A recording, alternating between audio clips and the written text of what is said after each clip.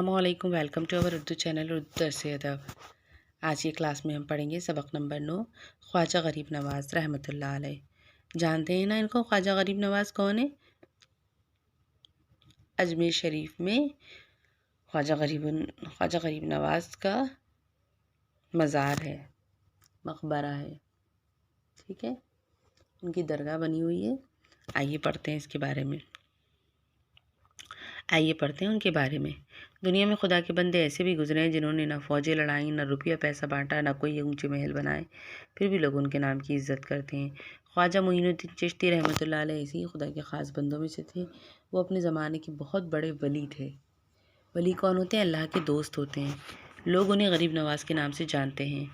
आपका उर्स हर साल अजमेर शरीफ में आपकी दरगाह पर बड़ी धूमधाम से मनाया जाता है, जिसमें हर मज़हब के मानने वाले शरीक होते हैं। हिंदुस्तान के अलावा दूसरे मुल्कों से भी ज़ायरीन यहाँ आते हैं। ज़ायरीन कौन? ज़ियारत करने वाले, देखने आने वाले। ख्वाजा साहिब की पैदाइश ईरान के एक कस्बे में हुई थी। 17 साल की उम्र में ही आपके वालिद का इंतकाल हो गया था। आप अपने मुर्शिद के कहने पर हिंदुस्तान की तरफ चले तो काबुल, सब्ज़वार, मुल्तान, लाहौर वगैरह होते हुए अजमेर तशरीफ़ लाए। वहाँ पृथ्वीराज चौहान का राज था। ख्वाजा साहिब फ़कीरों की तरह ज़िंदगी गुजारते थे, मगर लोगों की दिल खोल कर मदद करते थे। आपके लंगर खाने से रोज़ाना मोहताज और गरीब पेट भरकर खाना खाया करते थे। आपको गरीबों से बड़ी मोहब्बत थी। एक दिन एक गरीब किसान ख्वाजा साहिब की खिदमत में हाजिर हुआ और कहने लगा, हज़रत, हाकिम ने मेरे खेतों की पैदावार रोक ली है।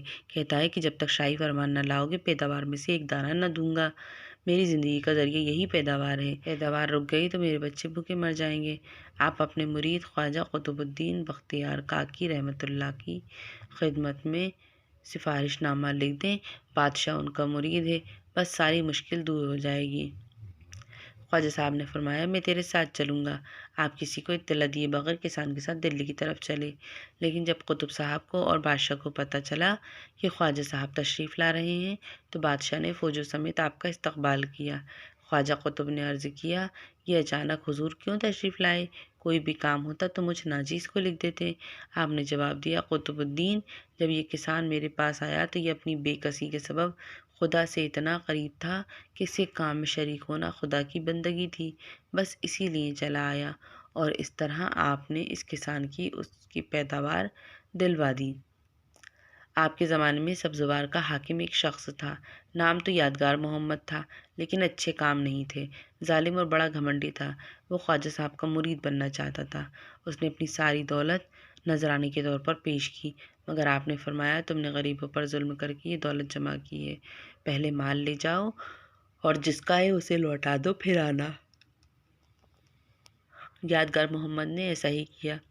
अपनी तमाम दौलत खुदा की राह में लुटा दी और ख्वाजा साहब का मुरीद हो गया। मुग़ल बादशाह अकबर, जहांगीर, शाहजहाँ वगैरह सबको ख्वाजा साहब से बड़ी अक़ीदत थी, यानी वो लोग उन पर बड़े यकीन करते थे। वो कई बार अजमेर आपकी रोज़ी पर आया करते थे। जब जहांगीर बादशाह बना तो उसने आगरा में एक देग बनवाई और अजमेर लाकर उसमें खाना पकवाया। आज भी इस देग में खाना पकता है। ख्वाजा साहब ने हमेशा अच्छे काम करने पर जोर दिया। आप कहा करते थे, जो कोई भूखे का पेट भरता है अल्लाह उसकी हाजतें पूरी करता है। लोगों की मदद करने वाला अल्लाह का दोस्त होता है। आपका ये भी कहना था कि 3 शख्स जन्नत में नहीं जाएंगे, एक झूठ बोलने वाला दरवेश, दूसरा कंजूस दौलतमंद और तीसरा बेईमानी करने वाला व्यापारी। ठीक है बच्चों, समझ आया ख्वाजा गरीब नवाज़ का चैप्टर? नोट्स में आपको व्हाट्सएप के ज़रिए भेज दूँगी। अब मुझे इजाज़त दीजिए। अल्लाह हाफ़िज़।